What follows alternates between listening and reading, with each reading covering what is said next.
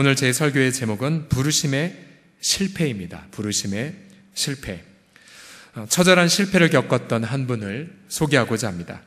그는 가난한 집 아들로 태어나 9살에 엄마가 세상을 떠났습니다. 22살에 사업에 실패했고 또 23살에 주의회에 출마했으나 떨어졌습니다. 24살에 사업을 다시 시작했지만 실패했고 이후 17년간이나 빚쟁이에 시달렸습니다. 26살에 아내가 세상을 떠났고 27살에 신경쇠약과 조현병에 시달렸습니다. 29살에 의원 의장직에 나섰지만 낙선했고 37살에 국회의원에 당선되었지만 39살에 다시 떨어졌습니다. 46살에 상원 의원에 출마했지만 떨어졌고 47살에 부통령으로 출마했지만 낙선했습니다. 그리고 51살이 되어 미국 제16대 대통령에 출마해서 당선되었죠. 여러분 누군지 아시겠지요?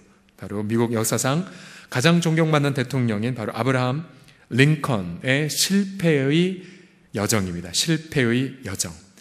그는 흑인 노예 제도를 폐지시키는 사명을 이루었지만 그 부르심을 이루기 전 그는 무수히 많은 실패를 대가를 지불해야만 했습니다. 자, 400여 년간 노예로 있던 동족들을 구출하는 부르심을 입은 모세. 그는 부르심에 마침내 순종하고 하나님의 지팡이를 잡고 소명의 땅으로 들어갔습니다. 이제 동역자 아론과 더불어 이스라엘 장로들을 모아서 자신의 부르심을 전했죠. 백성들은 감격했고 하나님께 경배를 드렸습니다. 이때까지만 해도 모세의 앞길은 순탄해 보이기만 했습니다. 그러나 이제 출애굽기 5장을 보면 모세는 처절한 실패를 맛봅니다. 모세가 아론과 함께 애굽왕 바로를 대면했을 때 1절을 보십시오. 그 후에 모세와 아론이 바로에게 가서 이르되 이스라엘 하나님 여호와께서 이렇게 말씀하시길 내 백성을 보내라. 그러면 그들이 광야에서 내 앞에 절기를 지킬 것이니라 하셨나이다. 자, 이렇게 멋지게 선포했지만 모세가 받았던 첫 번째 반응은 반대였죠. 바로가 2절에서 이렇게 퉁명스럽게 대답합니다. 바로가 이르되 여호와가 누구이기에 내가 그의 목소리를 듣고 이스라엘을 보내겠느냐? 나는 여호와를 알지 못하니 이스라엘을 보내지 아니하리라. 자, 모세가 처음으로 겪었던 반응이 무엇이었냐면 반대였습니다. 반대. 오히려 이 바로는 그날 명령을 내리죠. 그리고 이스라엘 백성들에게 그 당시에 이스라엘 백성들은 벽돌 제작을 위하여 강제 노역에 시달렸었는데요. 이 바로는 모세와 아론을 보내고 나서 이 자신의 관료들에게 명령합니다. 벽돌 제작에 반드시 필요한 용품 중에 하나인 이 집의 공급을 끊어버리라고 명령을 내립니다. 이제 필수적인 원료 공급이 끊어지자 백성들은 그 지푸라기를 구하기 위하여 사방팔방으로 흩어졌습니다.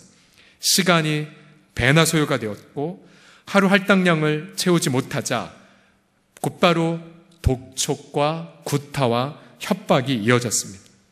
백성들의 마음은 크게 상해버렸죠. 17절에 바로에게 가서 호소합니다. 왜 우리를 이렇게 학대하느냐고. 그러자 17절에 바로는 아주 영악하게 백성들과 모세의 사이를 이간질시키는 말을 합니다. 17절을 보시면 바로가 이르되 너희가 게으르다 게으르다. 그러므로 너희가 이르기를 우리가 가서 여호와께 제사를 드리자 하는구나. 모세가 한 거짓말을 믿지 말라라고 그렇게 쐐기를 박습니다. 그러자 백성들의 마음은 모세를 저주하고 증오하기 시작했습니다. 그들은 출애굽기 4장 바로 앞장에선 모세를 환영했지만 그러나 자신들의 노역이 고통스러워지자 모세를 원망했던 것이죠. 그러자 모세는 하나님께로 돌아와서 이렇게 한탄을 합니다. 21과 23절을 다시 한 번만 같이 읽어보겠습니다. 시작. 모세가 여호와께 돌아와서 아뢰되 주여 어찌하여 이 백성이 학대를 당하게 하셨나이까? 어찌하여 나를 보내셨나이까? 내가 바로에게 들어가서 주의 이름으로 말한 후로부터 그가 이 백성을 더 학대하며 주께서도 주의 백성을 구원하지 아니하시나이다. 예. 자, 상황이 더 악화가 되어버렸어요. 본인은 분명히 부르심에 순종해서 용기 있게 움직였는데 상황은 더 악화되었죠. 그리고 또 한 번도 예상하지 못했던 일이 발생했어요. 그것은 무엇이냐면 백성들이 자신을 원망하고 저주하기 시작했던 것입니다. 그러자 이 모세는 이 부르심의 어떤 열매를 맺기 이전에 벌써부터 관계의 깨어짐, 원망 속에 들어가게 되었죠. 그러자 모세는 자신이 왜 하나님 저를 부르셨어요? 그때부터 모세는 깊은 부르심에 대한 고뇌와 회의 속에 들어가게 됩니다. 그래서 오늘 저는 저희 설교 제목을 부르심의 실패. 왜냐하면 이 모세의 이 실패담은 모세만의 이야기가 아니라 바로 저와 여러분의 실패담이기 때문입니다. 가령 우리는 여러 가지 부르심을 받고 힘차게 기도하고 용기 있게 일상의 삶을 시작을 하죠. 예를 들어서 남편을 변화시키기 위한 부르심, 자녀들을 제자 삼으려는 부르심, 또 우리 주일학교 교사로서의 부르심, 혹은 일터의 선교사로서의 부르심 등등 우리는 주님으로부터 여러 가지 부르심을 받고 열심히 열매를 맺고자 노력합니다. 그러나 대부분의 우리 부르심에 이루는 첫 장면은 화려한 박수갈채가 아니라 전혀 예상하지 못했던 실패, 원망, 관계의 깨어짐, 학대, 공급이 제한됨 등의 어려움을 겪게 됩니다. 자, 그럼 오늘 본문 말씀을 통하여서 우리 부르심의 현장에서 왜 실패를 겪는지, 그 실패의 뿌리에 무엇이 있는지를 같이 살펴보고자 합니다. 부르심의 실패, 그 뿌리는 첫 번째로 무엇이냐면 예배의 실패에 있습니다. 다 같이 따라 하시겠습니다. 예배의 실패. 시작. 자, 모세가 바로에게 요구했던 사안을 다시 한번 보십시오. 1절과 3절을 각각 보시면 첫 번째 1절은 내 백성을 보내라. 그러면 그들이 광에서 내 앞에 절기를 지킬 것이다 라고 말합니다. 이 절기라는 단어가 나오죠. 이 절기라는 단어가 무엇이냐면 예를 들어서 유월절을 지키는 것, 혹은 무교절을 지키는 것, 오순절을 지키는 것, 초막절을 지키는 것 등등 하나님이 이스라엘 백성들 가운데 행하신 은혜를 기리는 절기를 뜻합니다. 절기를 지키는 것. 또한 3절에 보시게 되면 우리가 광야로 사흘길쯤 가서 우리 하나님 여호와께 제사를 드리려 하오니 보내주시옵소서라고 부탁을 하죠. 여기서 제사라는 이 단어도 역시 속죄 제물, 화목 제물, 속건 제물, 번제 제물 등 제물과 연관된 단어이죠. 공통점이 무엇이냐면 바로 하나님과의 관계의 회복을 의미합니다. 자, 하나님의 행하신 일을 기리며 절기를 지키는 것, 또 하나님과의 관계를 회복하는 것, 이 모든 걸 한 단어로 말하면 바로 예배입니다. 예배. 왜 이스라엘 백성들이 바로 출애굽해서 하나님 앞에 나아가길 원했냐면 바로 하나님을 예배하는 예배자를 세우기 위해서였죠. 자, 그런데 이런 예배로의 부르심을 바로는 정면으로 거부합니다. 정면으로 거부해요. 그러니까 바로가 방했던 것이 무엇이었냐면 바로 하나님의 백성들이 예배드리는 것을 지금 철저하게 방해하고 있는 것입니다. 예배를 드리고픈 열망을 그 뿌리째, 송두리째 제거하는 것이 바로의 목적이었죠. 그래서 17절에 보시게 되면 바로가 이렇게 말합니다. 너희가 게으르구나. 그러므로 너희가 우리가 가서 여호와께 예배를 드린다 하는구나. 자, 우리 사랑하는 성도들이요, 이 바로를 통해서 역사하는 악한 영의 정체를 여러분 보십시오. 악한 영은 하나님 백성들이 가장 먼저 예배를 실패하게끔 만들어버립니다. 우선 일의 자원이 끊어지게 만들고 또 일의 양이 많아지게 만들죠. 아마 여러분 주일학교 교사들 아마 주일학교 바로 코앞에 성경 여름 캠프를 앞두고 일터의 상황이 오히려 녹록지 않게 돌아가는 것을 느끼는 경우도 있으실 거예요. 때로는 이 애굽 이스라엘 백성들처럼 일터에서 부당한 대우를 받거나 혹은 학대를 받게 만들죠. 자, 그런데 문제는 무엇이냐면 하나님 백성들은 그럼에도 불구하고 예배를 드려야 한다는 점입니다. 근데 이스라엘 백성들은 이 어려운 상황에도 불구하고 예배를 드리지 않았습니다. 그들은 모세와 함께 예배에 무릎을 꿇지 않았죠. 예배에 실패하자 그들은 곧바로 원망과 저주로 일관하게 되었습니다. 결국은 이 모세의 실패는 모세 자신의 실패가 아니었습니다. 그것은 공동체가 예배로의 부르심에 대한 실패였던 거죠. 예배의 실패. 여러분, 예배가 무엇입니까? 예배란 하나님께로 전심으로 돌아가는 행위를 뜻하죠. 이 점에서 22절에서 모세는 예배의 하나의 좋은 모델을 보여주고 있습니다. 22절을 보시게 되면 모세가 여호와께 돌아와서 아뢰되, 여기서 돌아오다라는 히브리어 단어는 회개하다 혹은 하나님께로 돌이키다를 쓸 때 사용되는 단어입니다. 모세는 백성들에게 욕을 얻어먹고 또 백성들에게 저주를 받았지만 그러나 백성들과 화내지 않았고 백성들과 다투지 않았습니다. 오히려 모세는 욕을 먹는 대로 다 먹고 나서 하나님께로 돌아와서 하나님 앞에 부르짖기 시작합니다. 바로 이것이 바로 예배의 첫 단추입니다. 예배의 첫 단추. 모세의 이러한 태도, 이 태도는 앞으로 40년간 지속될 태도입니다.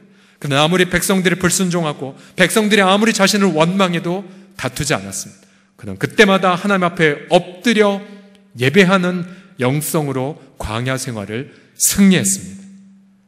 저는 오늘 본문 말씀 묵상하면서 우리 방글라데시 파송 선교사이신 이용재 임미경 선교사님의 그런 간증이 생각이 났습니다. 그러니까 20여 년 전 처음으로 이 두 분이 파송을 받았을 때에 선교사님은 그 순수한 열정 또 뜨거운 마음으로 이제 부르심에 순종했죠. 그러나 선교사님 내외가 처음으로 직면한 것은 이 방글라데시 영혼의 부흥이 아니라 누명이었습니다. 누명과 오해였습니다. 그 당시에 이 방글라데시 출신의 현지 사역자, 한국에서 신학도 했고 또 한국인과 결혼까지 한 방글라데시 현지 사역자가 거짓말과 재산 착복 등으로 중대한 범죄 행위를 저질렀습니다. 성기사님은 그 중대한 범죄를 목도하셨습니다. 문제는 무엇이냐면 선교사님도 그 사역자의 범죄에 같이 연루가 되어 한국에서 좋지 않게 선교사님을 생각했던 점입니다. 선교사님을 오해하고 선교사님도 함께 의심하게 되셨죠. 아직 본격적으로 선교사역을 시작하기 전에 큰 어려움에 봉철하셨던 겁니다. 그러나 우리 선교사님 어떻게 반응하셨을까요? 여러분들 당연히 그림이 그려지신 것처럼 선교사님은 아무하고도 얘기하지 않고 그저 하나님 앞에 무릎 꿇으셨대요. 무릎 꿇고 하나님 앞에 얼굴을 구하고 자신의 상황을 주 앞에 아뢰고요. 그렇게 한참 동안 주님 앞에만 무릎 꿇고 있은 어느 순간 하나님께서는 그 현지 사역자를 중한 질병으로 치셨죠. 그리고는 그 방글라데시 현지 사역자는 그 병상에서 자신의 모든 범죄를 한국의 리더십들 앞에 실토하게 만드셨습니다. 결국 우리 선교사 모든 누명에서 벗어나셨고 오히려 우리 선교사님의 선한 마음과 깨끗한 양심이 돋보이게 되었습니다. 만일 그 상황의 선교사님께서 예배를 드리지 않았다면, 그래서 사람들을 원망하고 같이 다투셨다면 어떻게 되었을까요? 그래서 우리는 오늘도 저 방글라데시 그 이슬람의 아잔 소리가 울려 퍼진 그 새벽에 홀로 일어나서 주 앞에 신음 어린 그 기도를 하시는 예배를 드신 선교사님, 저는 우리 귀한 선교사님이 우리와 함께 계신 것 앞에 얼마나 감사한지 모르겠습니다. 그러게 우리 사랑하는 우리 여러 모든 기도의 지체들이요, 또 우리 주일학교 선생님들이요, 여러분 부르심을 이루기 전 혹은 부르심의 열매를 맺기 전 예배를 방해하는 세력이 반드시 먼저 온다는 사실을 기억하십시오. 자원이 끊어져도 예배에 무릎을 꿇지 마십시오. 이 일이 혹독해져도 더욱 하나님을 찾으십시오. 억울한 일이 임해도 선하신 하나님만을 구하십시오. 그래서 주 앞에 더 엎드려 예배를 드리심으로 부르심의 열매를 맺어가는 우리 모두가 되시기를 주님의 이름으로 간절히 축복합니다. 옆 사람 보며 힘차게 말하겠습니다. 예배에 성공합시다 라고요. 시작. 예배에 성공합시다. 아멘. 두 번째로 부르심의 실패, 그 뿌리에는 무엇이냐면 기도의 실패가 있습니다. 함께 따라 하시겠습니다. 기도의 실패. 시작. 자, 이스라엘 백성들 이런 갑작스러운 어려움을 당하였을 때에 이들이 했던 첫 번째의 행동이 무엇인지 15절과 16절을 보십시오. 이스라엘 자손의 기록원들이 가서 바로에게 호소하여 이르되, 자, 이 호소하다란 히브리어 단어는 주로 하나님께 부르짖다에 쓰이는 단어입니다. 그 다음, 왕은 어찌하여 당신의 종들, 히브리 사람들이죠, 이같이 하시나이까. 그런데 보세요, 이 짧은 두 절 속에 당신의 종이라는 단어가 몇 번이나 나오는지. 왕은 어찌하여 당신의 종들이 이같이 하시나이까? 당신의 종들에게 짚을 주지 아니하고 그들이 우리에게 벽돌을 만들라 하나이다. 당신의 종들이 매를 맞았사오니 이는 당신의 백성의 죄니이다. 그 당시 이 모세를 통해서 본 하나님 백성들의 자화상인 거죠. 이들은 바로의 종들이었습니다. 백성들은 자신들의 운명을 좌우할 자가 오직 바로라고 생각했습니다. 그들은 스스로 사람의 종이라고 굳게 믿었기 때문에 하나님께 부르짖을 마음의 여유가 전혀 없었습니다. 이들 보기에 바로만이, 인간만이 이들의 자신의 생사를 그리고 운명을 주관할 전능자였던 거죠. 그들은 바로의 갑질 앞에 벌벌 떨며 살려달라고 애원했던 것입니다. 우리는 여기에서 사람들이 위기를 당했을 때 왜 기도에 실패하는지 그 이유를 깨닫습니다. 그것은 바로 그가 하나님의 종이 아니라 어느 누군가의 종이라고 생각하기 때문입니다. 즉 우상을 마음에 들였기 때문이죠. 가령 물질의 노예로 사는 자들은 물질이 머무는 곳에 가서 마음을 쏟습니다. 또 자녀 교육의 노예로 사는 자들은 입시 전문가들의 조언에 따라 불안해하기도 하고 기뻐하기도 하죠. 그러게 여러분, 모든 이 땅의 인류는 위기 때에 저마다 부르짖습니다. 그러나 그 부르짖음의 대상이 살아계신 하나님인 경우도 있고 또 인간일 경우도 있고 보이지 않는 마음의 우상일 수가 있는 것입니다. 티모시 켈러는 내가 만든 신이란 책에서 우상을 이렇게 정의합니다. 우상이란 무엇인가? 무엇이든 당신에게 하나님보다 더 중요한 것이다. 무엇이든 하나님보다 더 크게 당신 마음과 생각을 차지하는 것이다. 하나님만이 주실 수 있는 것을 다른 데서 얻으려 한다면 그게 바로 우상이다 라고 말했습니다. 결국 모든 사람들 다 누군가에게 부르짖죠. 그럼 하나님께 부르짖습니까? 아니면 인간 우상에게 부르짖느냐? 바로 그 차이로 나뉘게 됩니다. 만약 백성들이 이런 혹독한 하루 일과를 끝내고 모세에게 찾아와 같이 하나님 앞에 부르짖었다면 출애굽의 역사는 크게 달라졌을 것입니다. 그러나 백성들이 앞서 예배에 실패했던 것처럼 기도에 실패하자 그 실패한 마음엔 원망과 쓴뿌리만 찾아왔던 것입니다. 그러기에 이 자리에 계신 우리 사랑하는 성도들이요, 얼마나 여러분들이 기도에 헌신하고 있습니까? 아니, 기도는 하되 사람에게 구하지 않고 정말로 살아계신 하나님께만 부르짖고 있습니까? 아니면 아직도 도울 힘이 없는 인생에게 의지하고 있습니까? 자신의 머리 혹은 자신의 경험만 의지하고 있습니까? 아직도 돈과 권력의 힘에 기대고 있습니까? 저는 제가 청년 시절, 20대 시절에 지금 러시아로 선교사로 계신 조한희 선교사님을 통하여 기도의 영성을 배우게 하신 게 얼마나 감사한지 모릅니다. 선교사님은 결코 사람들에게 돈을 구하지 말 것을 가르쳐 주셨습니다. 선교사님이 청년부 담당 교육자로 계실 때에 저희가 중요한 어떤 큰 행사를 앞두고 중직자들에게 다니며 찬조하는 관습이 있었거든요. 선배들에게 배웠던 것입니다. 그러나 그런 모습을 보시면서 선교사님은 사람에게 구하지 말라고, 하나님께만 무릎 꿇자라고 모본을 보여주셨고 우리로 하여금 기도하게 하셨습니다. 또한 예를 들어서 대각성 전도 집회를 기획했다면 매일 밤 2시간씩 청년들을 모아서 40일 동안 기도를 시키기도 하셨죠. 그 선교사님이 청년부 사역을 마치고 마침내 러시아의 오지로 들어가셨을 때에 저보고도 함께 들어가자고 저희를 콜링하셨습니다. 그러나 저는 선교사님께 반문했어요. 선교사님, 저는요 기타도 못 치고 언어도 못하고 선교지 할 수 있는 게 아무것도 없는데요. 그때 선교사님은 제게 미소를 지으며 이렇게 말씀하셨습니다. 함께 기도할 수 있는 무릎만 있으면 되네. 함께 기도할 수 있는 무릎만 있으면 되네. 저는 기뻐하며 응답했습니다. 기도요, 자신 있지요. 그래서 제가 그렇게 제 인생에서 선교제 드린 그 6개월, 그것은 제 인생 전체의 방향을 바꾸어 버렸습니다. 그러게 이 자리에 계신 우리 모든 사랑하는 특별히 교사들이요, 여러분이 얼마나 교역자들과 함께 동역하고 있습니까? 교역자들이 하나님 앞에 무릎 꿇을 때에 정말 함께 무릎 꿇고 있습니까? 또 성령이 역사하시도록 기도와 금식으로 준비하고 있습니까? 우리는 지금 다음 세대들의 영광스러운 출애굽의 날을 고대하고 있습니다. 그리고 여러분, 기도하셔야 됩니다. 더욱 기도하셔야 됩니다. 기도의 무릎을 통하여 마침내 홍해가 갈라지고 또 여리고성이 무너지는 역사가 있을 때까지 함께 주님 한 분에게만 부르짖는 우리 모든 공동체 식구들이 다 되시기를 예수님의 이름으로 축원합니다. 마지막으로 부르심의 실패, 그 뿌리에는 무엇이 있냐면 하나님 주권에 대한 신뢰의 실패가 있습니다. 하나님 주권에 대한 신뢰의 실패. 우리 마지막 교훈을 같이 읽어보겠습니다. 시작.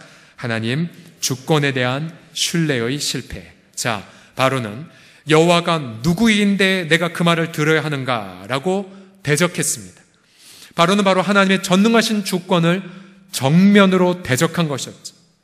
그러나 주권자이신 하나님, 그 하나님 바로의 이러한 강팍함을 미리 이미 알고 계셨죠. 하나님 바로의 완고함에도 불구하고 하나님의 영광을 마음껏 보여주셨습니다.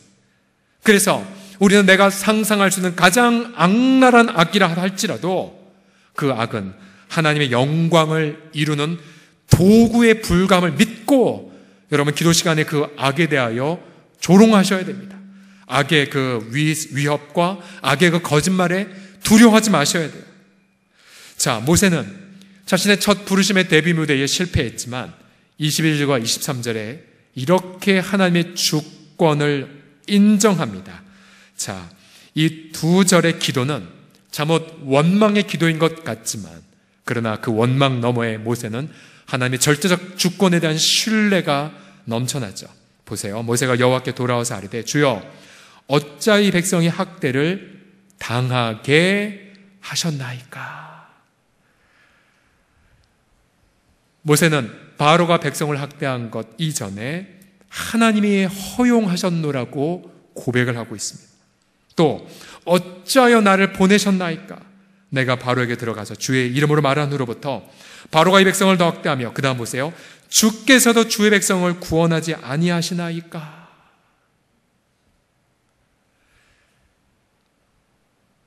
모세는 하나님의 시간표를 신뢰했고 하나님의 절대적 능력을 믿었습니다. 그러기에 모세는 하나님의 절대적 주권을 인정하면서 하나하나 자신이 그런 고통, 자신의 아픔을 아뢰었던 것이죠.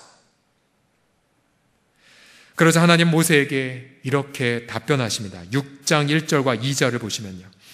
여호와께서 모세에게 이르시되 이제 내가 바로에게 하는 일을 네가 보리라. 네가 보리라. 강한 손으로 말미암아 바로가 그들을 보내리라. 강한 손으로 말미암아 바로가 그들을 그의 땅에서 쫓아내리라. 하나님 모세에게 말씀하여 이르시되 다 같이 읽겠습니다. 시작. 나는 여호와이니라. 하나님은 결코 가만히 계신 것이 아니었습니다. 하나님은 영광과 권능을 드러낼 준비를 다 마치셨던 것이었습니다. 하나님은 당신의 백성들이 하나님의 영광을 제대로 인정하고 하나님과 함께 광야의 길을 걷도록 준비하고 계셨습니다. 그래서 하나님은 때로는 우리에게 실패를 허락하셔서 백성들로 하여금 하나님 앞에, 하나님의 그 주권 앞에 응답하는 자들로 세우고 계시는 것입니다. 여러분이 우리가 경험한 인생의 악, 그리고 하나님의 주권과의 관계, 그것이 가장 절정으로 드러나는 현장이 바로 예수님의 십자가입니다. 사도행전 2장에서 사도 베드로는 세상의 악과 하나님의 주권의 관계를 이렇게 선포하죠. 사도행전 2장 23절 24절을 보시면 그가 하나님께서 정하신 뜻과 예수님이 하나님이 정하신 뜻과 미리 아신 대로 내준 바 되었거늘 너희가 법 없는 자들의 손을 빌려 못 박아 죽였으나 하나님께서 그를 사망의 고통에서 풀어 살리셨으니 이는 그가 사망에 매어 있을 수 없었음이라 라고 말합니다. 두 가지가 교체하죠. 하나님의 정하신 뜻, 하나님의 작정된 계획, 그 안에서 제사장들이 예수님을 죽였고 로마 군인들이 그를 십자가에 못 박혔던 것이죠. 그러나 그 모든 악의 모든 치열한 권세마저도 하나님이 정하신 뜻을 이루는 도구에 불과했다고 선포합니다. 그러기에 우리 기도의 용사들이요, 악은 결코 전능하지 않습니다. 악은 이런 거짓말하죠. 난 전능해. 난 널 죽일 수 있어. 그러나 여러분, 악의 그 협박은 거짓말에 불과합니다. 여러분, 결코 그 악의 비명소리에 속지 마십시오. 왜냐하면 우리 주 예수 그리스도께서 모든 악을 처단하시고 영원히 그의 부활하심으로 괴멸시키셨기 때문입니다. 할렐루야.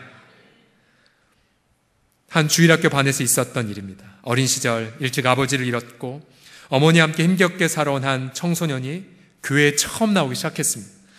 이 아이는 많이 배우지 못했고 성경도 잘 알지 못했습니다. 그날 공과 공부 시간, 주일학교 선생님은 요한복음을 펴라고 했지만 이 아이는 창세기를 펴자 아이들에게 놀림을 받았습니다. 아이는 너무 창피해서 그 다음 주 교회에 나오지 않았지만, 그러나 그 반의 선생님이 그 아이를 다시 찾아가고 사랑으로 감동을 주어서 다시 교회를 나오기 시작했습니다. 그렇게 해서 약 11개월, 약 1년간이 지났을 때에 선생님은 이 아이를 위해, 이 청소년을 위해 작정하며 기도했고, 그리고 이 아이가 일했던 구두방으로 신방을 갑니다. 그리고 그에게 이렇게 묻습니다. 너를 사랑하시고 너의 사랑을 원하시며 반드시 너의 사랑을 얻으셔야 하는 그리스도께 너는 와야 한다.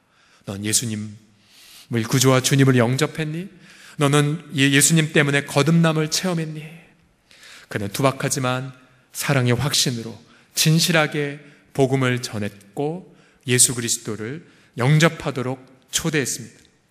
이 소년은 기독교에 대해서 냉담했었지만, 그러나 이 선생님의 확신 어린 따스함 때문에 마음을 열고 예수님을 구주와 주님으로 모셨습니다.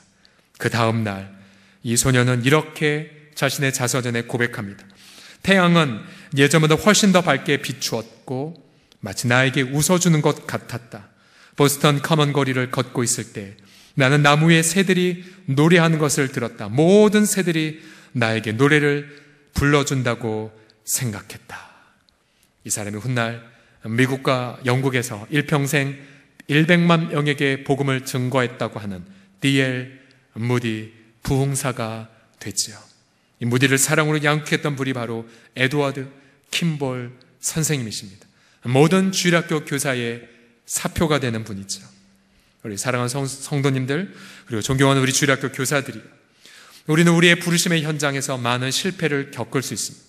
또 이 자리에 자신이 겪은 실패 때문에 시리와 낙담에 빠진 분도 있을 것입니다.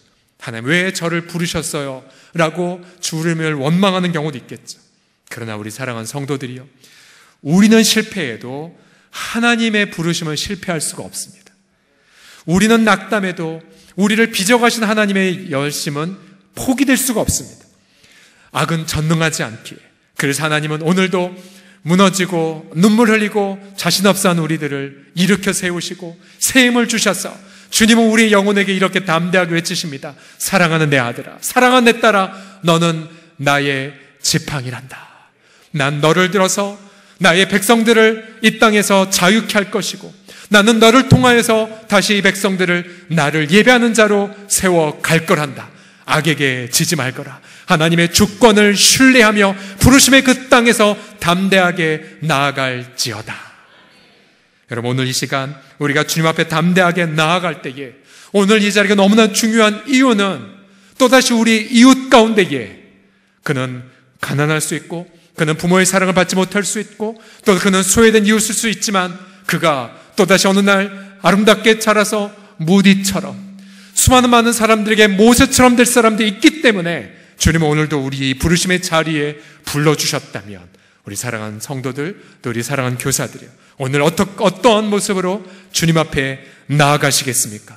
오늘 이 밤 주님의 이름을 간절하게 부르며 나아갈 때에 우리 하나님은 그 부르심을 넉넉하게 이룰 수 있는 성령의 능력과 성령의 기름 부으심과 성령의 사랑을 오늘 밤 물붓듯이 우리 가운데에 부어주실 줄을 믿습니다. 기도하겠습니다.